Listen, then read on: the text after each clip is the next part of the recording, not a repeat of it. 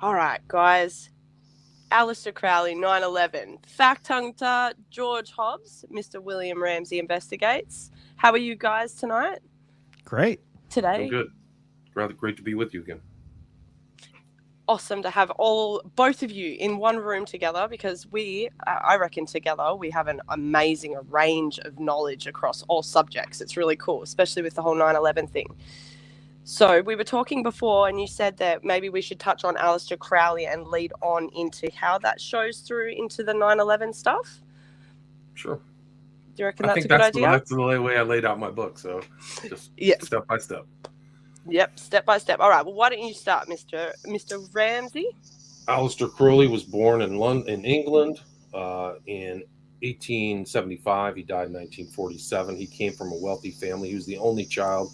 He had a sister who died very young, but he was in a family that was part of the Plymouth Brethren. There were a subset, a more religious Christian subset called the Exclusive Brethren. So they were kind of I would think of them as kind of a snobby, uh, set aside kind of Christian sect. And he was sent to Christian schools. But those Christian schools at that time were like penitentiaries. They would beat the kids. He almost died. Actually, they had to send him home and tutor him. So he went through like, and those are notorious. Like the English schools are notoriously violent and abusive. So he had real problems with that. His dad died when he was 14. His dad was a pamphleteer, and his family made money through the kind of pub system. They sold beer and sandwiches and all kinds of things you could get in pubs. So when his father died, he was put in the care of his mother and his uncle, who he didn't care for either. He was much more attuned to his father than his mother, but he did go to some of the best, what we would call prep schools in the States. He went to the best they call them public schools. So he had a great education, made it into Cambridge, and really he said his passion, he was white hot on three things once he got into Cambridge. It was poetry, mountain climbing, and magic with a K, or occultism, we call it occultism. So he really started out, he was amongst these people who were part of the royal family, some of the greatest scholars of all time, and he set his mind to become one of those type of people. So he had an ambition while he was at Cambridge, being among all these other luminaries that went to school there.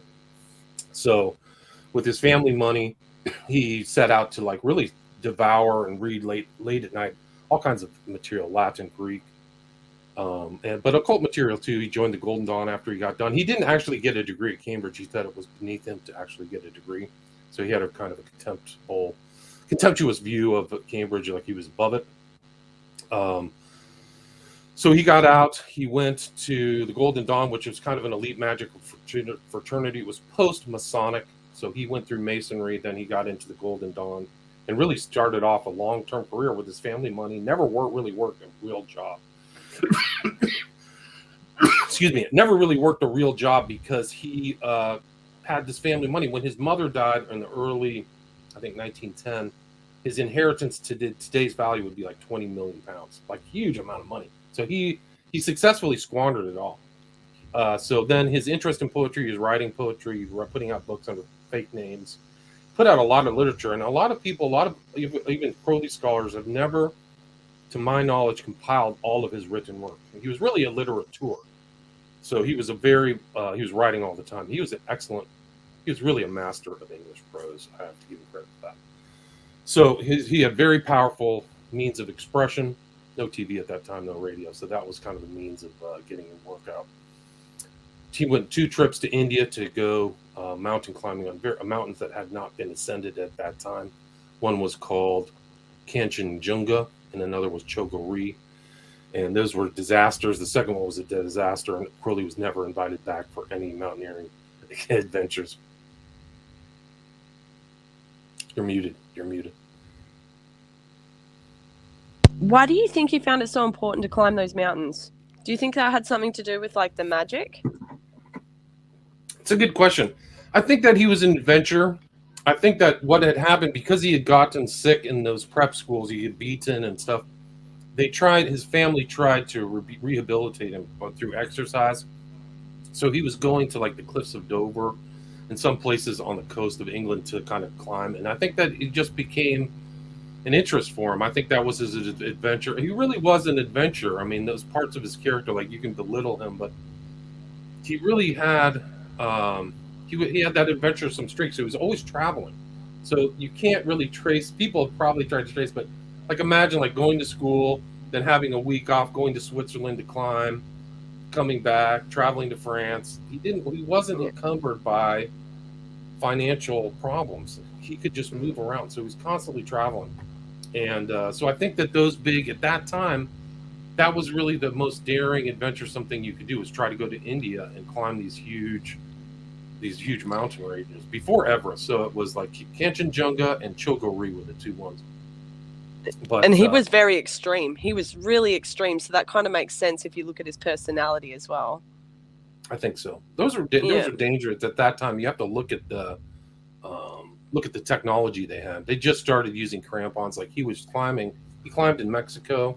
One of the most influential people that I can't remember his name, it's in my book, but was a mountain climber. For him, it was a mountain climber, was a very important person. The other one was Augustus John, who also influenced Ian Fleming, which is interesting. But Augustus John was a whole other side story. But a lot of people knew Crowley. Crowley knew a lot of people. He mixed in the highest. He really was an elitist, so he only hung out with their kind of aristocracy. He wasn't a landed gentry, but I think because of his wealth and his education, he was like that. So he was really come out of a very class-conscious society at that time, the end of the Victorian era. Sorry. Sorry, go ahead. No, I thought you were finished. I'm sorry. I didn't mean to step over you. I can just ramble on about him. I mean, that's just the beginning. So this is all happening. He went to Russia in 1904 as kind of like the head of a dancing troupe. So that's another one of his weird travels. So he went to Russia and actually was influenced by the Orthodox setup of the Orthodox churches there, and integrated what he saw in Russia into his Thelema religion. So he's always kind of taking stuff and starting his own religion and talking to people. So that's kind of the beginning. There's like another vignette I put in my book where he's talking with Clifford Bax, and he's saying, I'm going to create my own religion. And at the end of this century, they're going to be basking in the sunlight or the sundown of Crowleyanity. So he's always setting himself very early against Christianity that he grew up with. Yeah, I was going to ask you, going back to the mountain incident. There was an incident that happened where 3 of the folks that were hiking along with him died, and he refused to help them, and he said he had no sympathy whatsoever. So does that speak a lot about the type of person that Aleister Crowley was? Absolutely. I think so. So that was it. Like, that was kind of what ruined it for him. There was an avalanche, and he refused to help, and he whipped his porters too. Like, he treated them contemptuously. So yeah, I think that's an early indicator of his character. Also, he wrote his own biography. Like, that's how much of a self-important jerk he was. Is like when he was in his 40s, he wrote his own autobiography, and in that, and I quote that in the book, he was actually in Switzerland one time, and a family was going hiking, and he said, "Oh, it was super challenging," but he refused to warn them about this challenging mountaineering thing, and they all came back in body bags, and he laughed about it. He thought it was funny. So he wasn't kind of like his brother's keeper. He was the opposite. He was kind of early on, kind of sat with the sons of Cain, so to speak. So that's another thing. Like, you can go through that biography, and he reveals himself. I think it's authentic that he reveals those little elements of his character in his own writings and actions. Absolutely. It's hard to hide those things as well. Right. I mean, like, he didn't care. I don't think there was no like cancel culture. He wasn't going to get canceled. He could just act like the biggest jerk because he had all the money. So he could just call and ask for money. And so I think that immunized him from some of the stuff that we all have to do to keep our jobs. Or he never really was I wouldn't call him a family man. He had women in his life, and he had like 5 known children. But there's no stories of him in his biography having a wonderful time with the wife and kids, and we traveled together. Those are not there. They don't exist. They're really just talking about him and how much he hated Christianity and all his weird magical practices and stuff like that. Well, one point I have to make, when you called him a jerk before, he might be a self-righteous jerk, but far out. He has been powerful because he was right. He has leaked through into our century now. Like, there is and it's like people are getting in like the light of the darkness, so to speak, of the world at the moment. People are fascinated by that side of things, and they're looking like, I don't know, I looked at the hashtags on Instagram the other day, and they're massive compared to what they were even 6 months ago with Aleister Crowley tags. And it's not in like our way of talking about him. It is an interest in his magic. Right. Mm.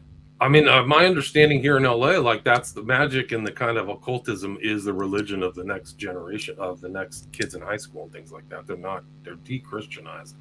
Yeah.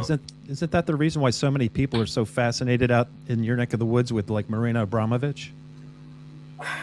Absolutely. I think that even Eccles and Abramovich, these are the kind of total, like the influences on the people who are interested in them are occultists too. So they become like court magicians. Like, and I think Crowley was too. Yeah. I think Crowley fit that role where he was moving and talking with elites and influencing them. So he was kind of like the Abramovich of his time.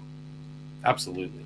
Right. So like bored rich people, like he spent time in Detroit, like at that Detroit at the early part of the century wasn't what it was today. It was this glistening, wonderful city with beautiful buildings and very rich people.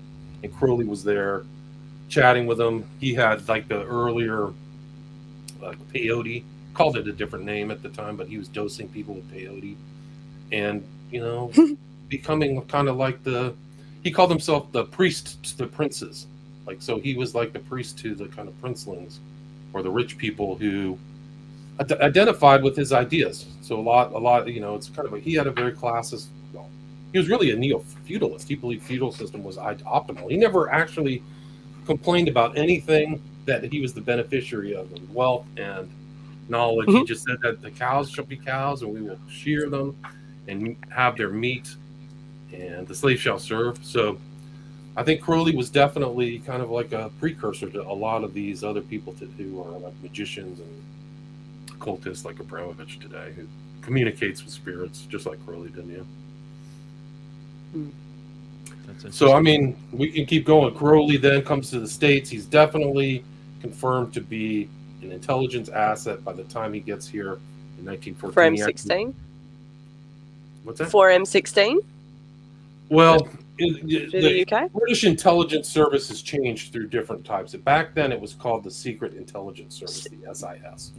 Yeah. So then it morphed into MI5 and MI6. It got like these different departments. But when he probably started, he probably was recruited sometime after Cambridge.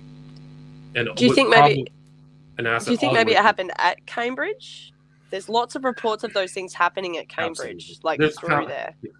People get talent spotted in the UK and in the States for intelligence through schools. So either elite schools, law schools.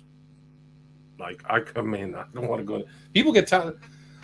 There's a lot more of that stuff than people even know because it's all secretive. But you can become. I'm not affiliated with any government group. I'm not at all. I'm not a joiner, but I've seen some pretty incredible stuff.